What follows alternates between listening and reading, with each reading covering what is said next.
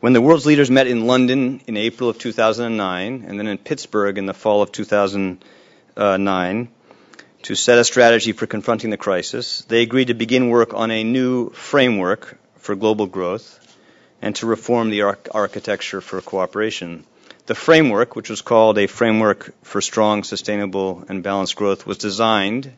to create stronger incentives for rebalancing growth as the world recovered from the crisis, with higher savings in countries like the United States, complemented by reforms to strengthen domestic demand in surplus countries like China, other emerging economies, Germany, and Japan. Now, alongside this framework, we agreed to give emerging market economies a greater stake in the most important institutions for economic and financial cooperation, to increase the resources available to the international financial institutions, to make the G20 the centerpiece of economic cooperation, replacing the role traditionally played by the G7. And we agreed to pursue these two paths, the framework on growth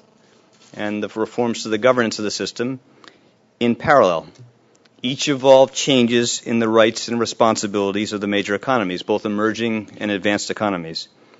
And we've made some progress on the framework, but that achievement is at risk of being undermined by the limited extent of progress towards more domestic demand-led growth